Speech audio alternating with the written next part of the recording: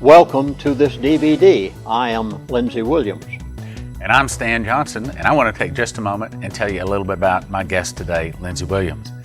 For 50 years, he's been a minister of the gospel, and for 3 years, he was a chaplain on the Trans-Alaska Pipeline, and he's going to be telling you more about that in just a moment. Lindsey, welcome back.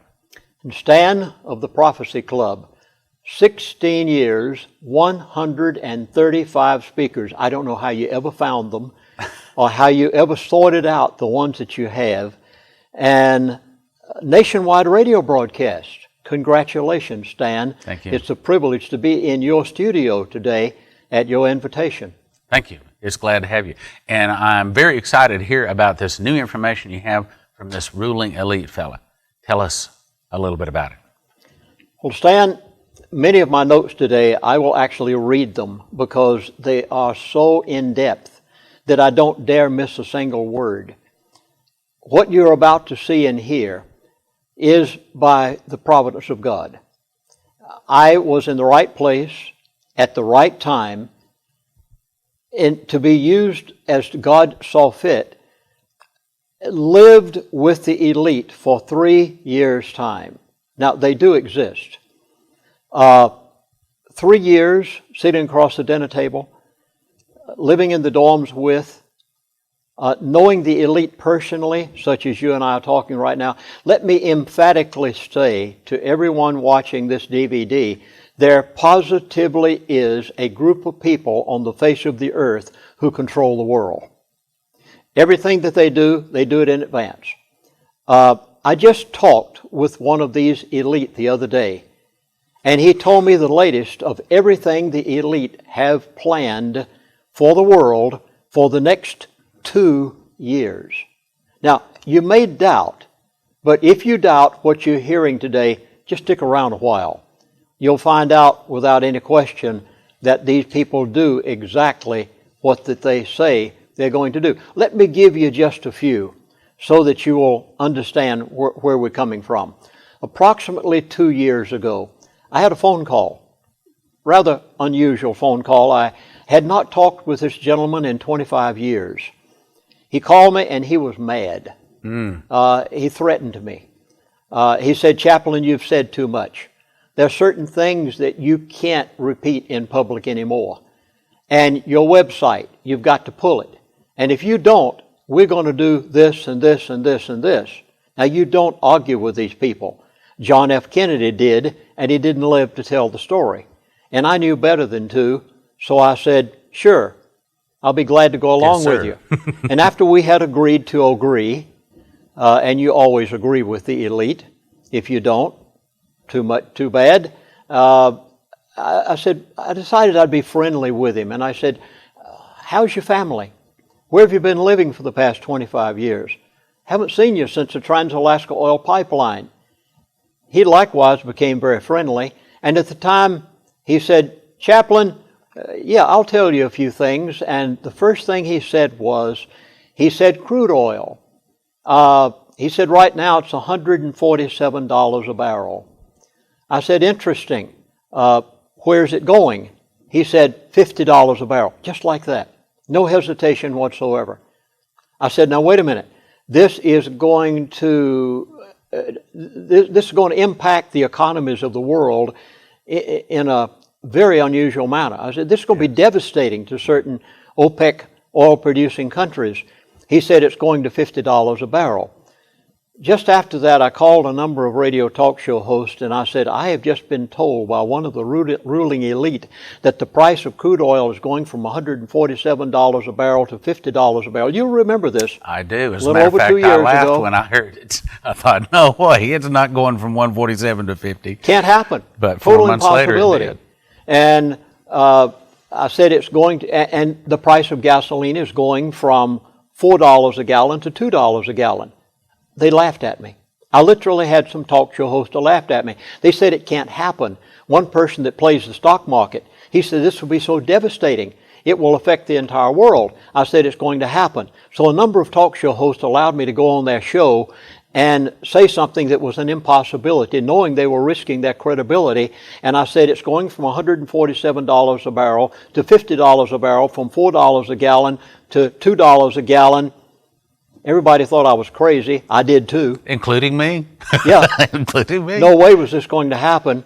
And it happened exactly 4 like months this later, gentleman hit said. $34 a barrel. In 4 months. That's right.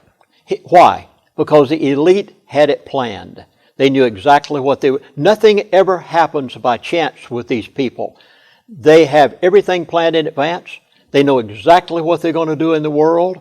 Your life and mine is impacted and controlled by the elite, no matter who they may be, even from the President of the United States of America through every congressman. And it happened that way. Before it happened, people said, you're crazy. And talk show hosts dared to allow me on their program. After it happened, they said, you're a prophet. I said, no, I'm not. I just know the people who are doing it. And as a result, for the past 35 years, everything I have been told by the elite, since the day I was chaplain on the Trans-Alaska Oil Pipeline, I have voiced it to the world, and every time it has happened exactly like they said it was going to happen, to the point that I've built up a credibility, not because of Lindsey Williams, but merely because the elite told me what they were going to do. So, for example, last night at dinner, you told me about how you were told that AT&T, which was the monopoly, was going to be broke up. Tell us that story. well, I was, 1975. I was sitting with one of these individuals at Prudhoe Bay in their office, and he casually said, AT&T, the only telephone company in America at that time, and practically in the world, is going to be declared a monopoly and is going to be broken up. If I had only taken his word, I could have made a fortune by investing in Sprint Yes. and all the rest of them. But I didn't, because I had not learned to trust the elite back in those days. Oh, you can trust them. What they say, they're going to do. And it happened exactly like he said it. And I recorded it in my book, Energy Non-Crisis. And there again, people said, you're a prophet. Now, I know why you bought this DVD. You bought it because you want to know these things. So I'm going to tell you right now, up front, everything that I feel will impact your life in a major way in the next 24 months. Because I was told only a few days ago, this elite, I talked with him on the phone. I said, what's going to happen? He now has become friendly because I did everything he said. I closed down my website, and that costs money. Oh, yeah. I took my DVD off the market. That hurt. And for the past 3 months, I've not done a single radio talk show. And so this individual said, Chaplain, you did everything we said. Now he said, I'll be glad to talk with you. And he did. I want to tell you everything for the next 2 years that the elite have planned for you, for me, and every person out there in that listening audience. First of all, the elite have altered their timeline. Now, this is very important, because back 2 years ago, I was told that inflation would take place on a certain time frame. I was told that the dollar was going to have certain things happen to it within a year to a year and a half. It did not happen exactly like that, and I was wondering why. So I asked him, and here's what he said. He said, we have altered our timeline. I'm going to tell you in the course of these 3 DVDs why they have altered their timeline. Within 2 years, he said, you will not recognize the United States of America. I mean, this was In a bad way. Oh, he said you won't recognize it. In the course of the DVDs, I will elaborate and tell you everything he said as to why you won't recognize it. Again, this one is devastating. And he will do it. These people will bring this to pass, believe me. They're not kidding. They're not kidding. They have their time frame in line already. You will be so poor, you will not be able to rebel against the elite within 2 years. Now, folks, anything that is going to be done by an honest, patriot American must be done immediately. And if you don't do it immediately, you will not have the wherewithal, the money, the finances, the ability to be able to do it within 2 years. They feel that they have it made so much. And this was his statement. Again, you must take action immediately. He let me know that there's no way in this world that you're going to be able to do anything unless you do it immediately. And now understand that, well, I'll tell you more about this man in a few moments. The total devaluation and destruction of the dollar will gradually take place over 2 years. Now, he had told me 2 years ago that it was going to take place within a year to a year and a half, the complete collapse of the American dollar. They have altered their timeline because of who the president was elected, and I'll tell you more about that. I mean, this is interesting, why a certain president was elected. You've got to hear this part on down in the DVD, so don't turn it off yet.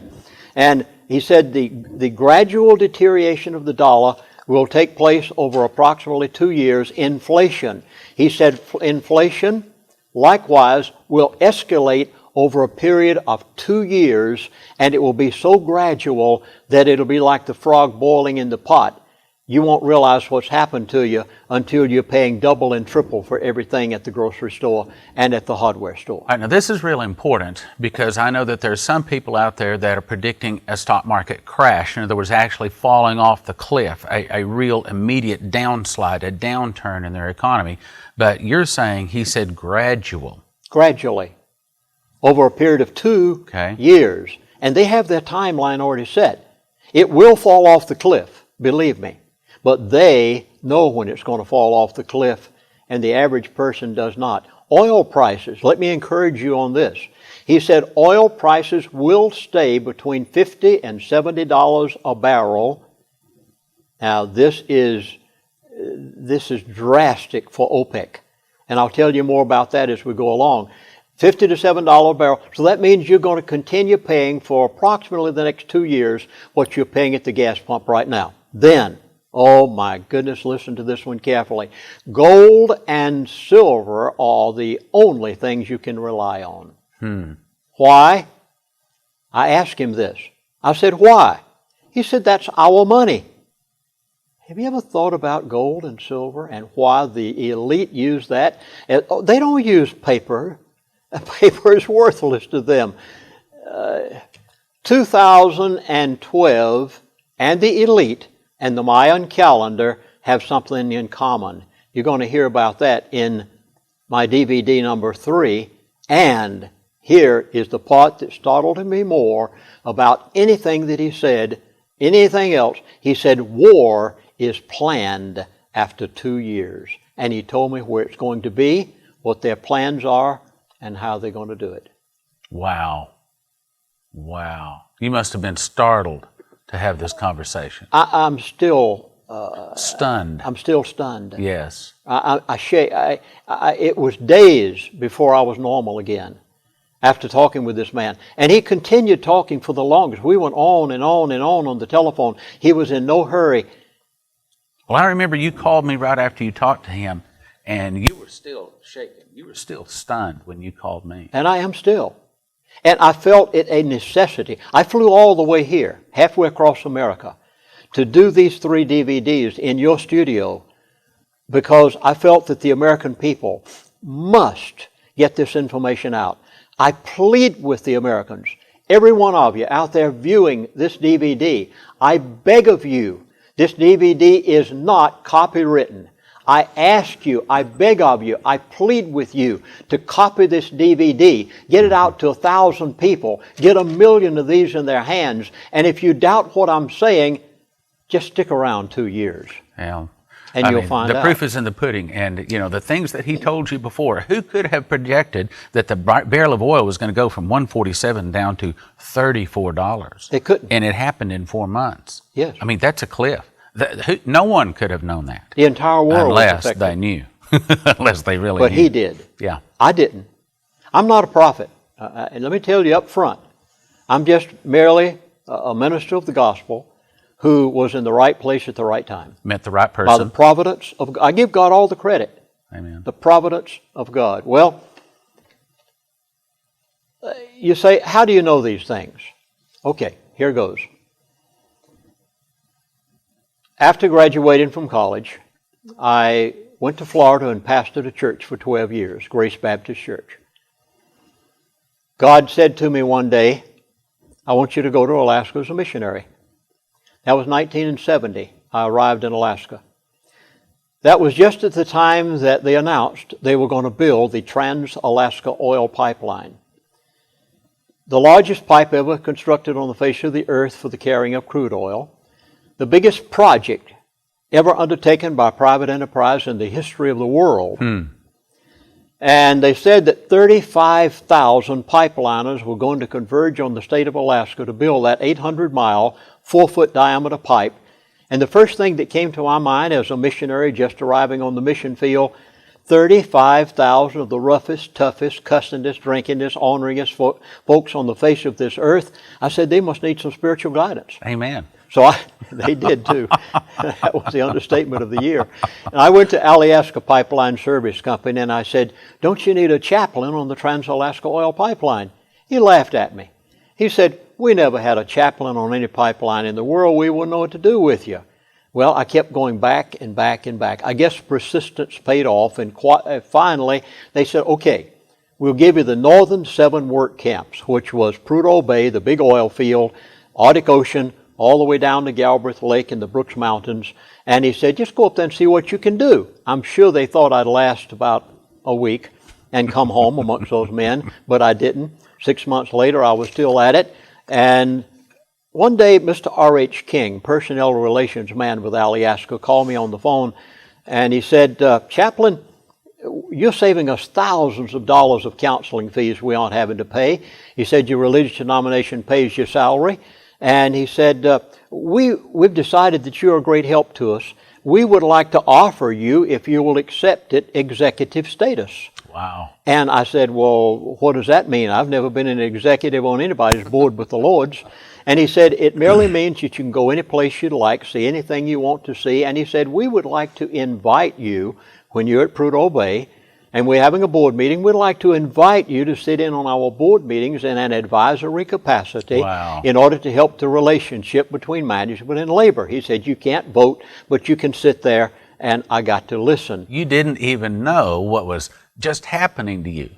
Some of the biggest things in the world for people to understand goes on in those board meetings, and you get to listen. A little insignificant, unknown aviation missionary out in the bush of Alaska, sitting with the elite, the ruling elite of the world for 3 years' time. Wow.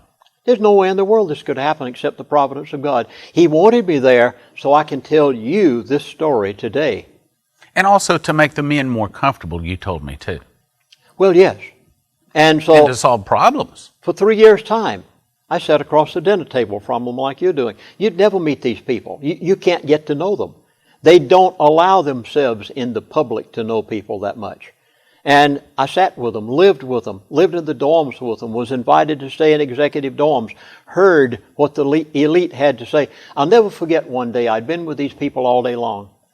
That morning I'd hosted some person on the pipeline, and later I think some congressman had come up with something, and then that afternoon sitting with another group of them and so on, and I was devastated. You see, I was brought up in a Christian home. I had a godly, wonderful, godly mother and dad, and a grandmother who won me to the Lord at 11 years of age. And all of a sudden, I'm thrown into the midst of the ruling elite of the world, a den of thieves, so to speak. And I remember that night, I was just devastated. I went back to my dorm room. I laid down on my bed. I looked up at the ceiling and I literally cried out to God. And I said, oh God, how can there be such dastardly people on the face of the earth as the people I've been with today? That by design and intention rule the lives of human beings. They know what they're doing. They intentionally control nations and currencies and people and the world. And they do it in advance, and they do it by design, and they do it by intent. And I'll never forget that day. Well, I met the elite. They're positive, and I don't know how to express this enough, because since you've never met them and you've never lived with them, the only thing I can do is just tell you what I lived and saw. I need to say emphatically again to every person in the listening audience of this DVD, there positively is a group of people on the face of the earth who control the world. They tell the president what to do. They dictate to Congress what bills to pass. They control everything in our life. They control the amount of paycheck, the money that you make. They control everything that we do. They have the control of the world today, and there positively is such a group of people living on the face of the earth today, and they control the world. I don't know how to say it any other way. Let me give you an example. 1984. I was sitting in my home. This was after the Trans-Alaska Oil Pipeline. I was sitting in my home in Kasilof, Alaska, and the phone rang. And the man on the other end of the line, I had not seen him since the pipeline, and he said, "Chaplain, you know, the elite are human. Yes. They love to brag, and some days they feel better than they do others." And he'd call me up, and he said, "Chaplain, do you want people to think you're a prophet?" That's quite a statement. And I said, "Well, what do you mean?" Now, at that time, oil was $32 a barrel. He said, "Do you have any speaking engagements in the next few weeks?" I said, "Yes. Just so happens I start next week in Seattle, Washington, wind up in Southern California about 3 months later, speaking almost every night." He said, "Every place you go, tell them that oil is going from $32 a barrel to $9 a barrel." I said, "No. No way." I said, "It can't happen." I said, that would devastate the world." He said, "But it's going to." He said, "Come on, Chaplain." He said, "You sat in our board meetings. You know who controls the price of a barrel of oil." He said, "Now come on, get off of it. Go tell them." I did. My audiences, I literally had some audiences that broke out laughing at me. They knew it couldn't happen. And when it did, my phone rang off the hook. They said, "You're a prophet." And I said, "No, I'm not. I told you first I wasn't." That I was just voicing what he said. But it was the same time that gold went from $800. You remember it had spiked up to about $800 an ounce, and it went back down to $250 an ounce. And all this was timed perfectly by the elite, because they had told the Arabs, "Buy gold, buy gold, buy gold," when it went up to $32 a barrel. And they bought train carloads of gold back in those days at $700 and $800 an ounce, because that's what they'd been told by the elite to do. And then when the price of oil went from $32 a barrel to, they didn't quite make it to 9, they went to 10. And when it got to $10 a barrel, the Arabs had to sell, in order to maintain their economies, they had to sell their gold back to the same people they'd bought it from at $700, $800 an ounce. They had to sell it back at $250 an ounce in order to keep the people under the sheikhs and the sheiks from rebelling against them and overthrowing them. And every bit of it was planned, and I was told about it 3 months in advance. And it was all planned exactly for that purpose. Wow. They knew exactly what they were doing. Now, the same thing is happening today, except for the past 35 years. Every time I have heard one of these elites say something, I have voiced it, and I do have contact with a number of them even yet, and I would merely tell what they know. Now, I know people. I understand the mindset of the elite, and I express it in one sentence. The name of the game is control. Some of these people that I rub shoulders with, if they wrote a check for $1 million every day, they would never spend all of their wealth in their lifetime. Wow. It's not all about money. Even though it is partially about that, it really is about control, manipulation of people, having control over nations. As a result, I have written 3 books about the ruling elite. My first book was The Energy Non-Crisis. It became famous overnight and became a bestseller. My second book was To Seduce a Nation.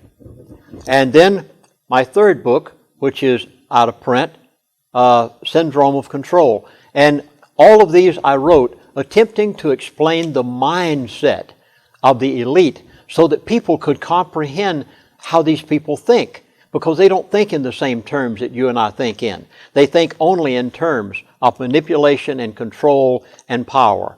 Many years ago, there was a man by the name of Quigley. Quigley wrote a famous book, I'm sure you've heard of it, entitled Tragedy and Hope. And after he wrote the book, someone said, "Mr. Quigley," now by the way, Mr. Quigley was one of the elite of his time. And they said, "Mr. Quigley, you wrote a book telling everything about the elite, how they think, what they do, how they manipulate, and you've even told what they're going to do." Aren't you afraid? Didn't it bother you? Aren't you concerned? Mr. Quigley said, no, not at all. They said, why not? He said, nobody's going to believe me. Well, I know. They're sitting there in front of the television set right now watching this DVD, and they're saying, this guy, he didn't know where in the world I can believe all this. Well, just stay around a while. You'll just like Quigley, he knew exactly what he was writing, and he wrote it. Why do they want the control? You see, most people think that the ruling elite, all they want to do is make money. Well, money is only a tool. The objective is really control. Why do they want so much control? Well, money, first of all, is nothing. It's a piece of paper. It's a Federal Reserve note. It has no value to them at all. The only thing they want is power. Same thing Hitler wanted, same thing Mussolini wanted, same thing Stalin wanted. They want control of human beings and control of nations. It's the inner being of somebody to want to control somebody else when they don't know what the Bible has to say about how a person should live. It's a human trait to want to control other human beings. Well, let me give you my take on that. I think that the reason they want the control is to bring everyone on the globe down to one central question. Either you take the mark or you lose your head. Ultimately, that's where it's going. I agree. That's the ultimate goal. You're exactly right. You and I have studied the Scriptures, therefore we know that. So let me tell you just a little bit about the man who told me these things so that you will understand DVD number 1, Tragedy. Remember the book? Right. DVD number 2 is Hope. DVD number 3, and I'm warning you in advance, you may not want to watch it. It's entitled Reality. It will startle you. You may have trouble sleeping at night. It positively is psychologically disturbing. But I'm going to give it. I've never given these things before. And many of these things I will not say on a radio talk show because I wouldn't dare tell what they had to say about our present president. I'll say it in this DVD as we go along. This man is over 85 years of age. Now, when you get to be 85 years of age, you start over 85 years of age, should I say, you begin to think about eternity. You know that around the corner somewhere that every person you've ever known wound up in the same place underneath, 6 feet under. And people begin to think. And regardless of what their status in life is, sometimes they would like to confess. Now, I'm not saying that's what this man did. But it's my guess that if I could say why he told me the things that you're going to be hearing on these DVDs, there's only one reason he told me. He wanted to get it off his chest. Now, it was quite amazing. 2 years ago, he didn't do this. But only a few days ago, when he gave me all of these things you're going to hear, and I've just begun. I really haven't given you the meat of it all. But he said, Chaplain, feel free to call me back anytime you want to. I plan to give monthly updates on what the elite are doing and hope to be able to inform you, my listening audiences exactly what they plan to do. 2 questions. He said you could call him back at any time. That tells me that you really have a good relationship with him. But the second question is, why is he able to release so much of this information without putting himself in some kind of jeopardy? Quigley. I'll refer back to his book. He was one of the elite during his lifetime. He said, I'm not worried. Nobody's going to believe me anyway. The majority of people, until they see these things happen that this man said, you're going to wonder if this man was really telling the truth. And someone said to me the other day, they said, well, don't you think they might deceive you in order to destroy your credibility? Well, that's a chance I have to take in order to be able to give you the truth. I've done that for 35 years. I've chanced my reputation on the fact that these people were telling me the truth and not just leading me on. So that's what I'm doing, and you just watch it. Number 1, let me try to explain. The elite have altered their timeline. 2 years ago, I was told by this individual that inflation, massive inflation, hyperinflation, would take place in a year to a year and a half. We've gone by nearly 2 years. And we've seen a little inflation. but we haven't seen massive inflation. They altered that timeline in one of their G8 meetings, or one of the meetings they had.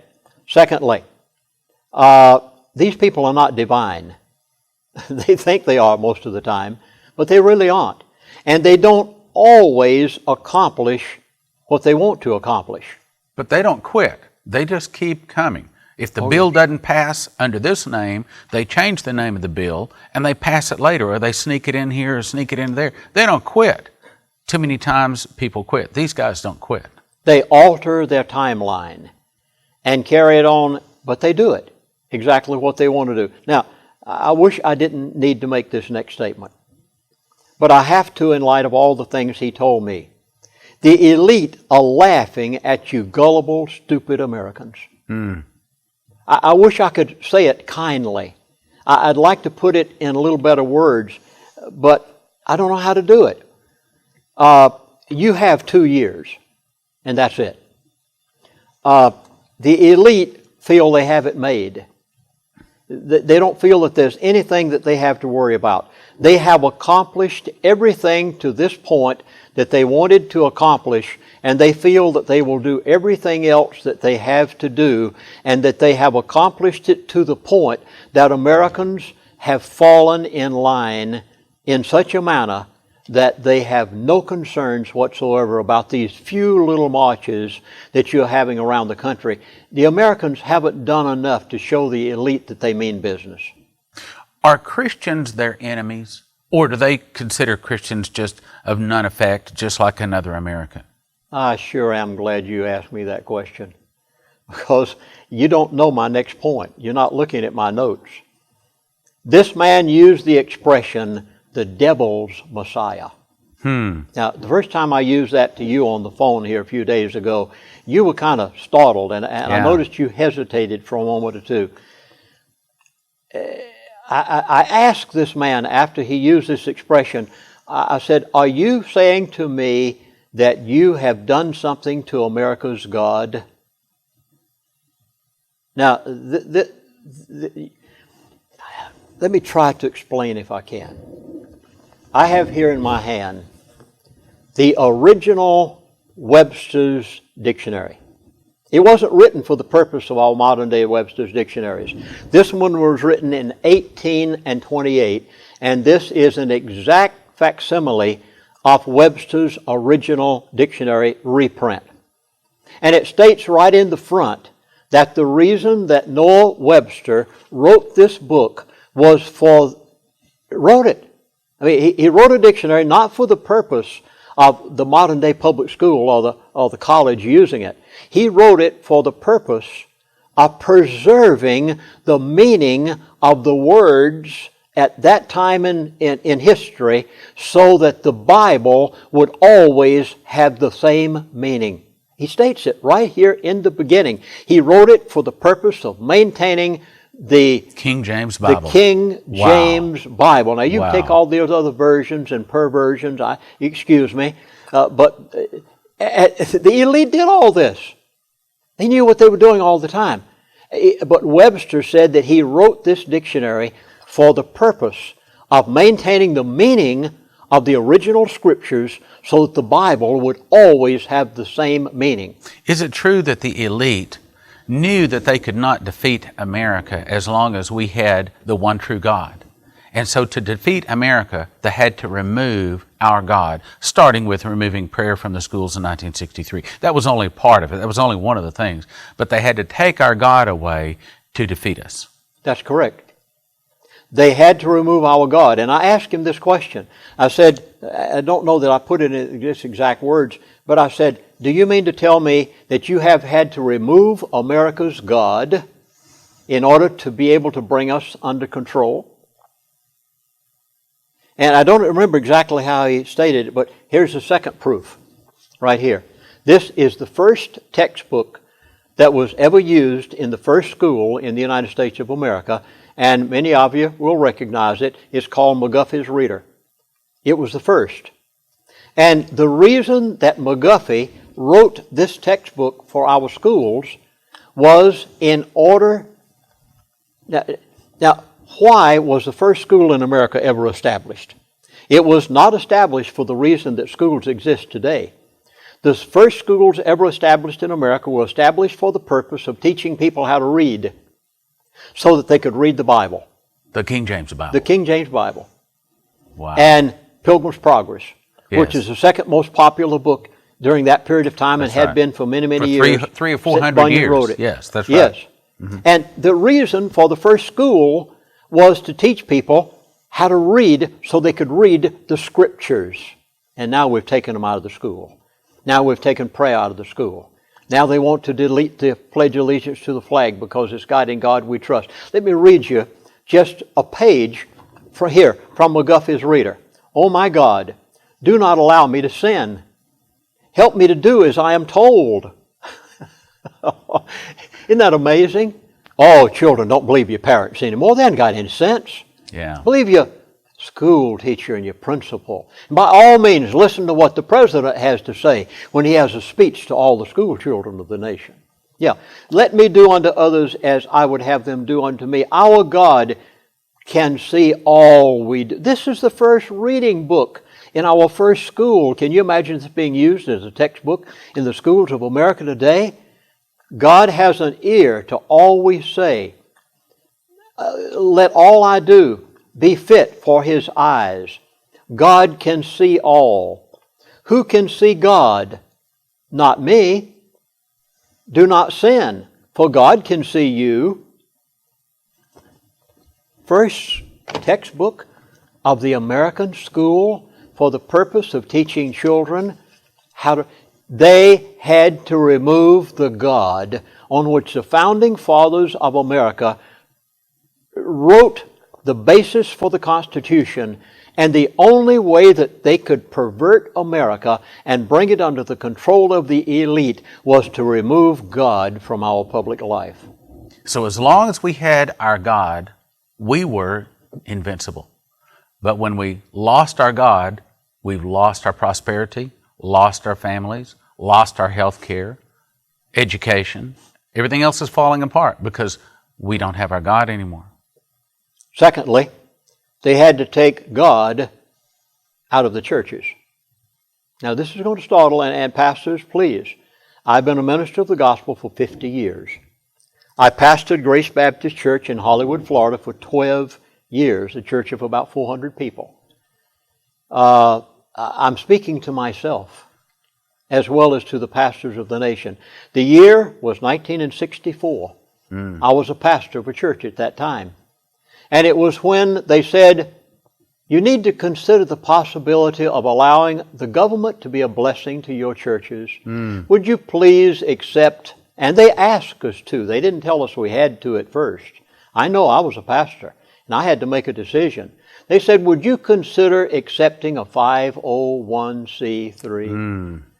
Not good. And as soon as I begun to see what was in that 501c3 organizational status that IRS was offering to the churches, and a tax deduction for every offering that was given by every person in that congregation, I immediately sat up and took notice, and I said, wait a minute. I want to look through this a little more carefully. And then about a year or two later, my church had not joined because I saw through it. I realized they wanted to put a noose around the pastor's neck. Control. Control. That's the name of the game. It's control. And it was all put in by the elite for the purpose of taking God out of the schools, taking God out of the churches, and they offered it, and the pastor said, we will gladly accept your status. Just give us a blessing by letting our people remove this from their tax return every year. And they said, now you must take it, or those people cannot use that gift to the church. Then they came along and said, no more sermons. You see, years ago, pastors preached sermons every time we had an election. And they advised their people the status of the candidates. They told them what change the candidate was going to make when he said, I won't change. And they told them what the candidate was like and what his morals were like. Can't do that anymore. You don't dare mention that. They'll pull your 501c3 status, and you'll have the the Gestapo on your doorstep in no time flat. Your donations will no longer be tax deductible. Yes. And so then they came along and said, you must accept it, and if you don't, then this is what we'll do. Mandatory. At first it wasn't mandatory. Then it became mandatory. Now you can't say anything. You'll forgive me, pastors. The average talk show host can give a better sermon than you can and get by with it. Wow. It's sad what's taking place in our churches. I wouldn't accept it. I never did. Until the day that I left the church in Florida. I don't know what they've done since. But until the day that I left the church 12 years later, I never filled out the forms, never accepted the 501c3 status, and went on about my business. I didn't care. After all, where do I want the rewards to come? Do I want the rewards to come in heaven because I do what God says, or do I want the rewards to be given to me by IRS because I can take my tax deduction and that I gave to the church Amen. And get my reward Amen. from the state That's instead right. of getting it from God? That's right. So I never put it in an envelope and put my name on it whenever I give a donation in the church. Now, you'll forgive me, pastors, but you must face it. Then they had to change something else. They had to change the basic foundation of the United States of America. Ask the average congressman when he comes home for a town meeting what form of government we have, and what will he say? A democracy. But what are we? A republic. Article 4, Section 4 of the Constitution of America. Please read it. I hope you have in your lifetime. Article 4, Section 4 of the Constitution of the United States of America says, Congress shall guarantee to every state in this union a republican form of government. We are not a democracy. A democracy is a rule. A republic is we the people. A democracy is we the sheeple. And people have a choice that they can make. They can either be what our founding fathers intended us to be, or they can be a democracy, and that's what they have given us, because they wanted to take away our republic. They could not, under a republic, own General Motors and Chrysler Corporation. It wouldn't have been allowed back in those days. Isn't that really a step in the direction of communism? Oh, the CEO of... Oh, yes, it is socialism. I agree. The CEO right now of Chrysler and General Motors is the President of the United States of America. That would have never been allowed years ago under a republic. They had to change us to a democracy before they could take over our banks and our lending institutions. They've given them the money, therefore they control them totally. The name of the game is control. Remember it as long as you live, and then, here it is. You'll see a clip of it. A bold new world order. Mm-hmm. It's not a new idea. President Bush talked about it back in 1991. It is a big idea, a new world order where diverse nations are drawn together in common cause.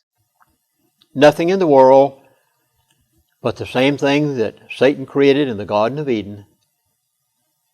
A new method of trying to get to heaven his way, which never worked for Cain. It'll never work today.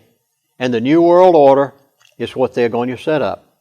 I was told within 2 years, nearly everyone in America will be working for the government. Wow. That's Chrysler. not good. Not good. Who do you work for? CEO is our president.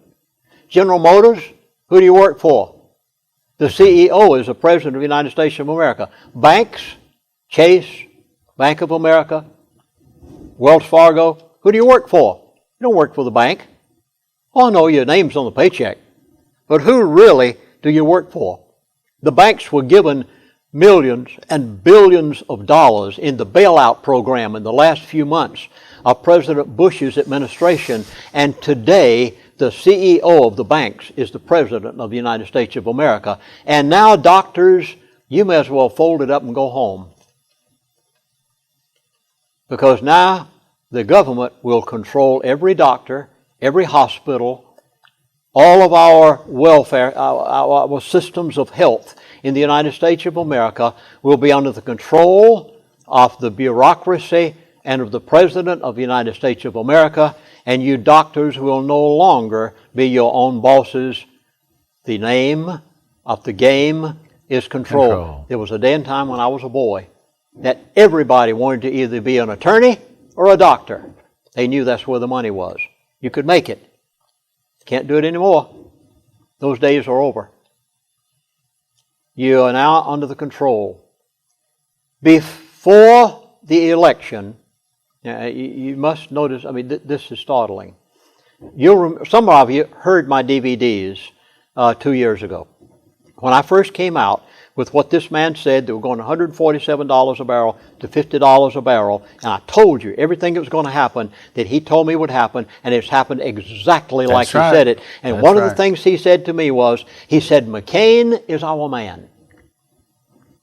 And then later on, after the election, some talk show hosts came along and said, for the first time in 35 years you missed it. I said, no, I didn't. I said, they are not divine. You see, American people, you still have a chance. If you'll rise up right now, if you'll take action immediately, you can stop this. But 2 years from now, you'll never stop it. Now, let's define rise up. You're not suggesting them using weapons. You're suggesting them using the Bible and turning to Jesus, the one that raised up our nation. I'm suggesting that they ask the Lord what they should do and take it immediate action to do whatever is necessary legally within the Constitution to be able to get our republic back. There you go. We've got to have it. And you must do it immediately. You cannot wait any longer. You have a 2-year timeline as Americans, and after that, your children and your grandchildren, you have sold them into slavery. Now, I'm not going to pick any bones here. I'm going to say directly to those audiences out there, you have sold your children and your grandchildren into slavery if you have not gotten back our republic within 2 years' time. I was told that. If only I could somehow say it, McCain was their man. But they're not divine. And the American people said, we don't want McCain. And it has caused them a lot of problems. The elite do have trouble. The elite had a problem with who was put in as president. The elite are not divine. They don't always win. They may not keep this timeline perfectly, but these are their plans, and this is what they intend to do. They have some problems with the president that was elected in the place of McCain.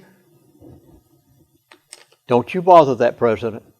Anybody out there in this viewing audience, anyone listening to this DVD, don't you dare touch that president.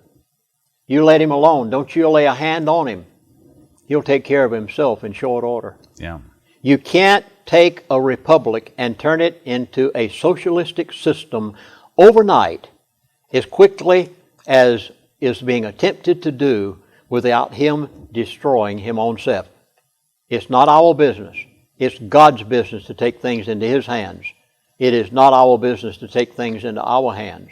But it is our business to do something about the Congress and the Senate, and we can do it because they're coming up for election shortly. So I'd like to ask you a question. Would you like to work for a company who had the following employees? Now think for a moment. Would you want to go to office? Would you like to go to work every day and have to live with these people?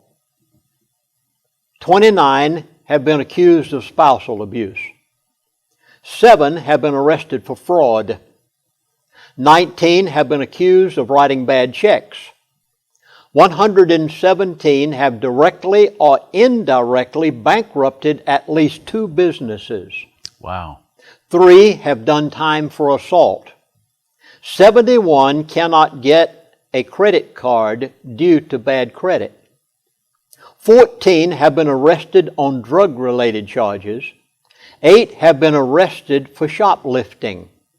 21 are currently defendants in lawsuits. 84 have been arrested for drunk driving in the last year. Would you like to work for a company like that? I don't think so, no. Can you guess who this company is? It is the United States Congress. I thought you'd say that. 535 members, and it's time that we clean house. America's in trouble. 2 years. There is a timeline. That's all you've got. There's no more left. You do something in 2 years or you've had it. I thought I must end this up with some comedy. There's no way I can leave you right now in the condition you're in. Now, the other two DVDs, they will elaborate. The second DVD, I'm going into money. The whole DVD is on money.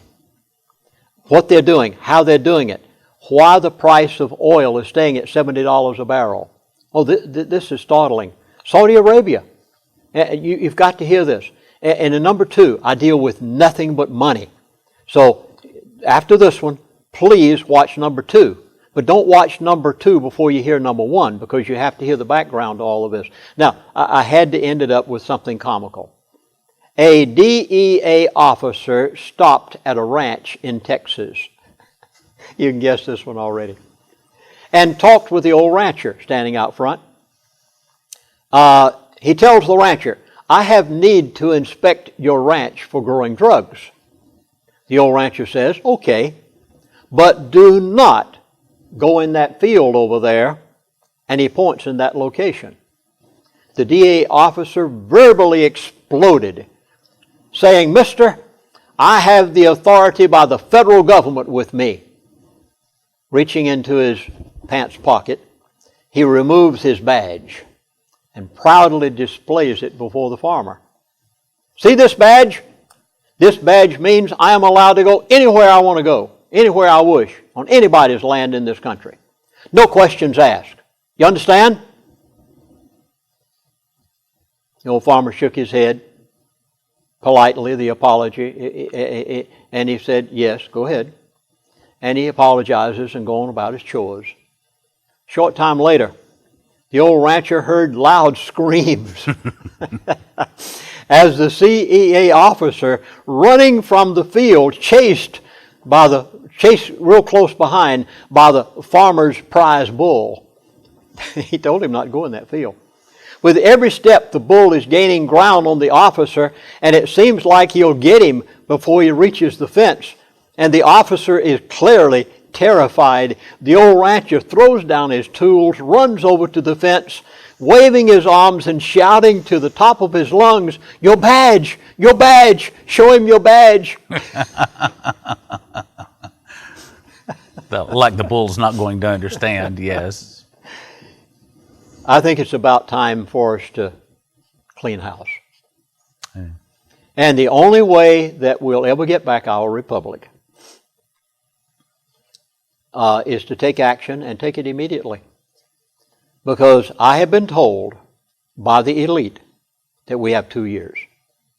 And they said at the end of 2 years you will be so poor. Now they have this planned. Inflation, devaluation of the dollar, all of these things. He said within 2 years' time you'll be so poor you will not have the ability to rise up against the elite. If you want to have a meeting somewhere, you want to go to a rally, you won't have the money to buy the airline ticket. You won't be able to do the things you want because they will have made you that poor so that you can't.